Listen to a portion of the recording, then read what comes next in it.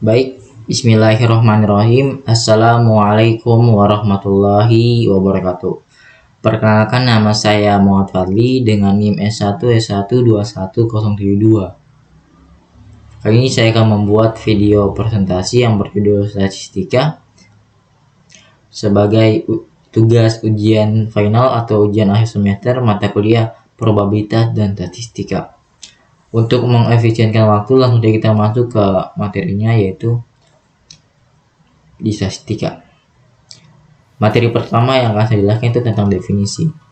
Definisi yang akan saya jelaskan itu adalah definisi statistika, definisi statistik, definisi statistika deskriptif, dan definisi statistika inferensial. Saya akan mulai dari definisi statistika. Apa sih itu statistika? Statistika adalah ilmu mengumpulkan, menata, menyajikan, menganalisis, dan menginterpretasikan data menjadi informasi untuk membantu pengambilan keputusan yang efektif. Kemudian statistik. Statistik adalah suatu kumpulan angka yang tersusun lebih dari satu angka. Kemudian statistika deskriptif. Statistika deskriptif adalah metode-metode yang berkaitan dengan pengumpulan dan penyajian suatu bobot data sehingga memberikan informasi yang berguna. Kemudian ada statistika inferensial. Statistika inferensial mencakup semua metode yang berhubungan dengan analisis sebagian data untuk kemudian sampai pada peramalan atau penarikan kesimpulan mengenai keseluruhan grup data induknya. Nilai statistika deskriptif. Yang pertama ada minimum. Minimum adalah nilai yang paling kecil dari keseluruhan nilai dalam satu buah variabel. Kemudian maksimum. Maksimum yaitu nilai yang paling besar dari keseluruhan nilai dalam satu buah data atau variabel. Kemudian sum. Sum adalah jumlah dari keseluruhan nilai dalam satu buah data atau disebut dengan variabel. Kemudian ada ukuran pemusatan data dan ukuran keragaman data. Saya akan menjelaskan ukuran pemusatan data, yaitu dari mean, rata-rata, rataan, nilai tengah, atau nilai harapan. Rumus nilai rata-rata yaitu sama dengan penjumlahan YI dari I sama dengan 1 sampai dengan N di per N, yang dimana N didapatkan dari jumlah data pada variabelnya.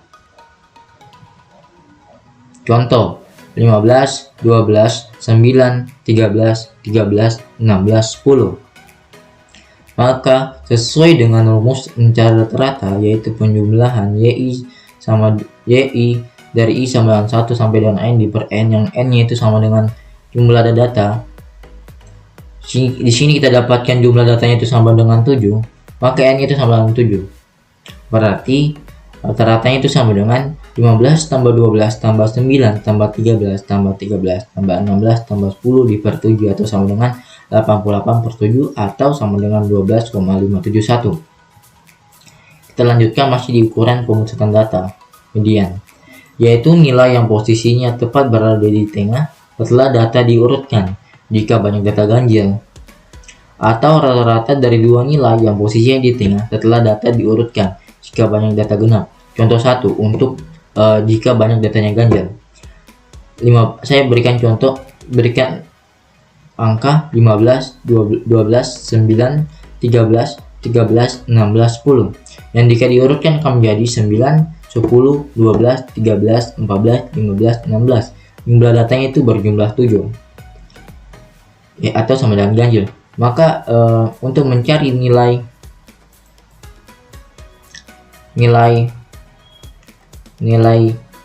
mediannya jika datanya ganjil itu sangat mudah. Tinggal kita cari yang paling tengah, yaitu berarti kalau 7 berarti dia itu di 4, karena sebelum suku 4 ada 3 angka dan setelah suku 4 ada 3 angka juga, maka mediannya itu sama dengan 13. Kemudian kita contoh kedua untuk nilai genap. Saya berikan contoh ada angka 25, 32, 42, 15, 13, 27. Jika diurutkan menjadi 42, 32, 27, 25, 15, 13. Mediannya itu berarti ada di angka 27, 25, karena jumlah datanya itu ada genap. Maka cara mencari mediannya itu 27 tambah 25 per 2 atau sama dengan 26,5. Kita lanjut di modus. Modus adalah nilai yang memiliki frekuensi muncul paling tinggi. Dalam satu buah gugus data dapat memiliki lebih dari satu modus. Khusus yang memiliki dua modus disebut bimodus. Apabila semua nilai dalam suatu gugus dapat memiliki frekuensi muncul yang sama, maka gugus data tersebut dikatakan tidak memiliki modus. Contoh 1, 15, 12, 9, 13, 13, 16, 10. Modusnya adalah 13 karena angka 13 memiliki frekuensi muncul yang paling tinggi, yaitu 2 kali. Kemudian contoh kedua, 15, 12, 9, 13, 13, 16, 10, 9. Modusnya adalah 9 dan 13 karena angka 9 dan 13 memiliki frekuensi yang muncul paling tinggi, yaitu muncul 2 kali. Kemudian contoh terakhir, 15, 12, 15, 9, 13, 13, 16, 12, 9, 16. Dia ini tidak memiliki modus karena semua bilangan memiliki frekuensi muncul yang sama tinggi, yaitu 2 kali. Kita lanjut di ukuran keragaman data. Wilayah atau range. Wilayah atau range yaitu selisih dari nilai terkecil dan terbesar. Contoh 15, 12, 9, 13, 13, 16, 10. Nilai terbesarnya itu 16 dan nilai terkecilnya adalah 9, maka nilainya itu sama dengan 16 kurang 9 atau sama dengan 7. Kemudian ragam atau varian. Ragam varian dihitung menggunakan rumus. Untuk data populasi itu rumusnya itu sama dengan penjumlahan XI kurang mikro di pangkat 2 dari I sama dengan 1 sampai dengan N di per N. Kalau untuk data contoh sampel, maka ragamnya itu sama dengan penjumlahan dalam kurung XI kurang rata-rata di pangkat 2 dari I sama dengan 1 sampai dengan N di per N kurang 1.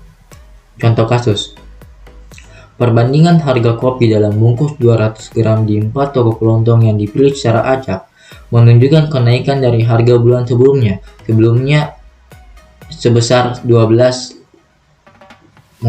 Perbandingan harga kopi dalam bungkus 200 gram di 4 toko kelontong yang dipilih secara acak menunjukkan kenaikan dari harga bulan sebelumnya, yaitu sebesar 12, 15, 17, dan 20 rupiah. Hitunglah ragam contoh kenaikan harga kopi tersebut. Baik, untuk menghitung nilai ragam, maka kita harus mencari dulu nilai rata-rata atau nilai tengahnya. Seperti yang sudah saya jelaskan tadi, dalam mencari nilai rata-rata, maka rumusnya itu sama dengan penjumlahan XI dari I sama dengan 1 sampai dengan 4 di per 4. Sini datanya ada 12, 15, 17, dan 20, maka kita tambahkan semua datanya dan kita bagi dengan 4. Atau sama dengan 64 di per 4 sama dengan 16. Kita lanjut ke rumus mencari varian, yaitu varian data sampel yaitu penjumlahan XI kurang 16 yang didapat dari rata-rata dipangkat 2 dari I sama dengan 1 sampai dengan 4 dikurang 3. Kenapa 3? Karena N kurang 1, 4 kurang 1. Kalau kita lanjut, maka ragamnya itu sama dengan negatif 4 pangkat 2 tambah negatif 1 pangkat 2 tambah 1 pangkat 2 tambah 4 pangkat 2 di per 3. Maka hasilnya itu sama dengan 34 per 3 atau sama dengan 11,33. Masih di ukuran keragaman data. Dengan menggunakan kuadrat simpangan untuk menghitung ragam, baik populasi maupun contoh, kita memperoleh suatu besaran dengan satuan yang sama dengan kuadrat satuan semula. Jadi, jika data asalnya dalam satuan meter, maka ragamnya mempunyai satuan meter kuadrat. Agar diperoleh ukuran keragaman yang mempunyai satuan yang sama dengan satuan asalnya, seperti halnya pada wilayah, kita akarkan ragam tersebut. Ukuran yang diperoleh disebut simpangan baku. Masih di ukuran keragaman data. Simpangan baku. Jadi di ukuran keragaman data itu ada namanya simpangan baku atau standar deviasi yang dihitung menggunakan rumus penjumlahan SI, penjumlahan dalam kurung SI kurang mikro pangkat 2 dari I sama dengan 1 sampai dengan N di per N. Kemudian diakarkan. Itu untuk data populasi.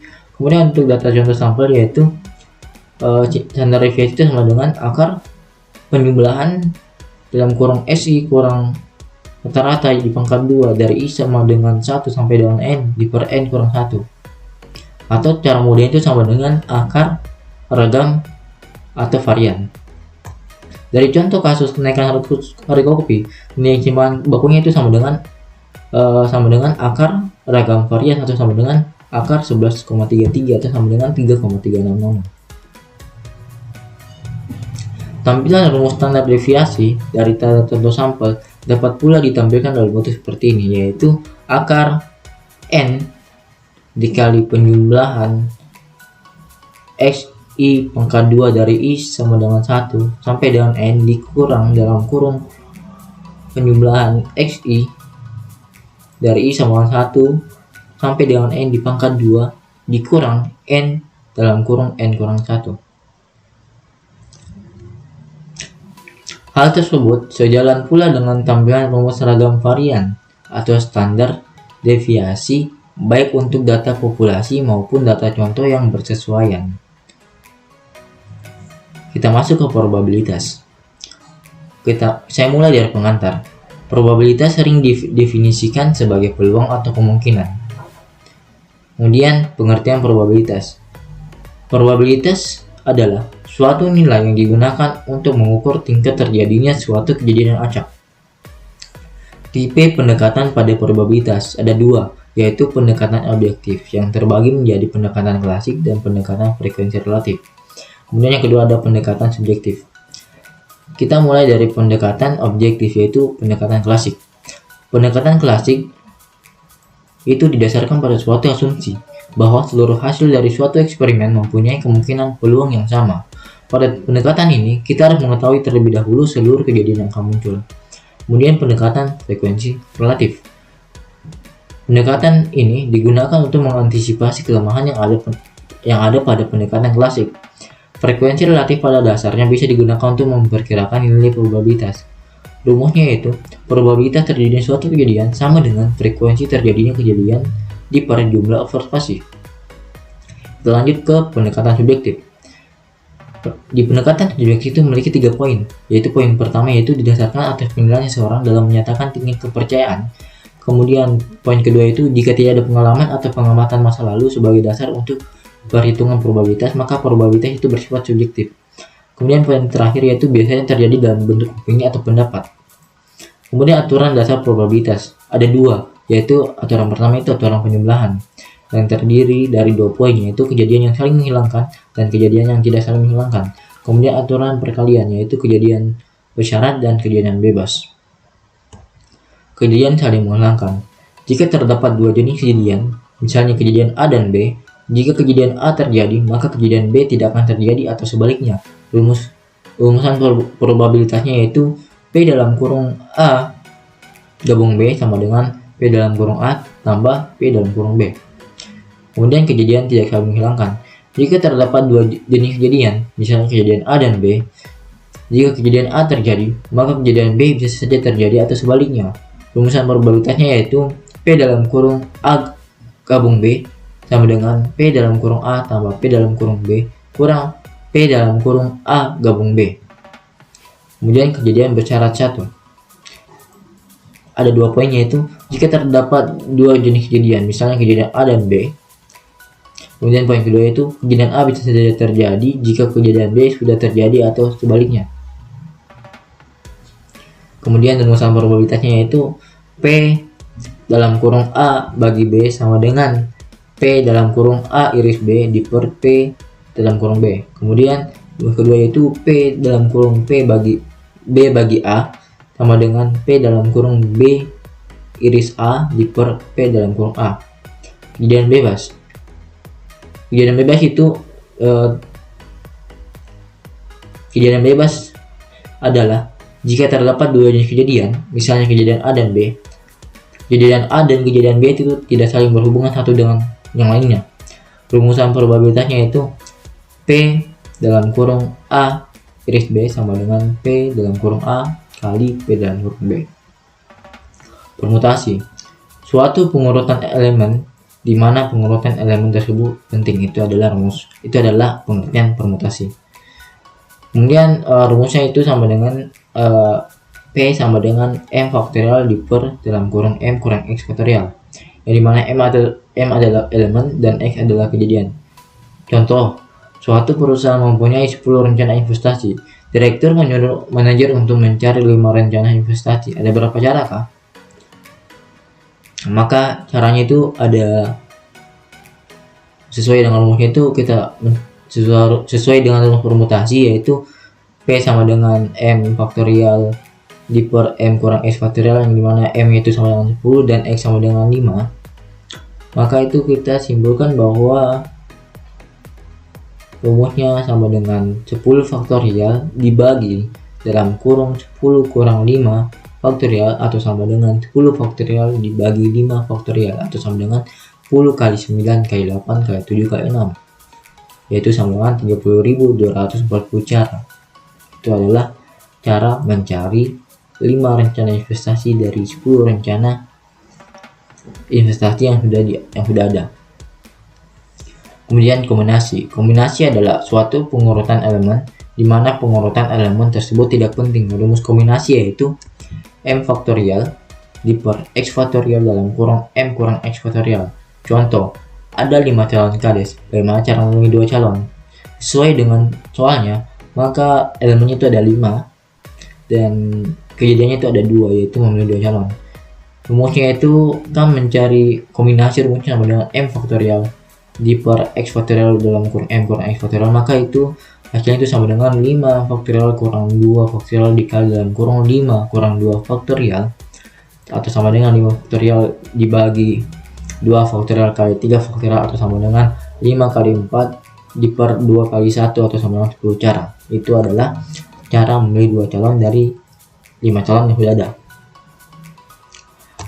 Baik, mungkin hanya itu yang bisa saya sampaikan. Apabila ada kurang dan lebihnya boleh dimaafkan. Apabila ada tutur kata yang kurang berkenan di hati, boleh dimaafkan karena saya cuma manusia biasa yang tidak luput dari kesalahan. Terima kasih telah menonton dan jangan lupa like, subscribe, dan komen.